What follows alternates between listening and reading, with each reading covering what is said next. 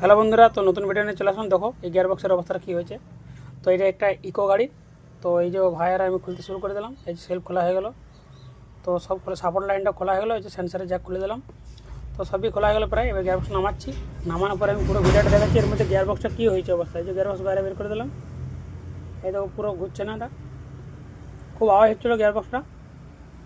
দেখো গিয়ারের লেবার চাপাটা খুলে দিলাম, পেছনে ব্যাগ ব্যাগ হাউজিং বডি খুলে দিলাম। এই দিকটা কোনো কিছু হয়নি। তো এই দিকটা পুরো ঘুরছে না। তো ঢাকাটা খুলে আমি দেখাচ্ছি কী হয়েছে এর মধ্যে। এই দেখো কাণ্ডটা দেখো কী হয়েছে। পুরোপুরি একদম বেয়ারিং সিজ, বল এক সাইড হয়ে গেছে, নেট এক সাইড হয়ে গেছে, দেখো ঘুরছে না। তো এটার জন্যে এর মেন সমস্যা, গাড়ির আওয়াজ হচ্ছিলো গিয়ারবক্সটা।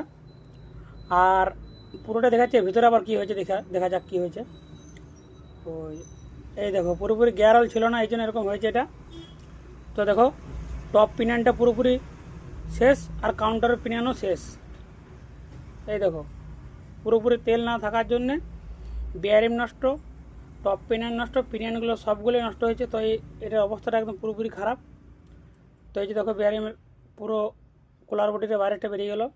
তো টপ পিনিয়নটা দেখো কী অবস্থা, পুরোপুরি ড্যামেজ হয়ে গেছে একদম, আর শুকিয়ে লাল হয়ে গেছে ভেতরটা। তো এরপরে আমি কাউন্টারটা হালকা দেখাবো। এই দেখো কাউন্টার ঘুরছে, এই যে কাউন্টারের দাতাগুলো পুরো মেরে দিয়েছে। আর এই যে পানাগড় থেকে লাস্টে নিয়ে এসে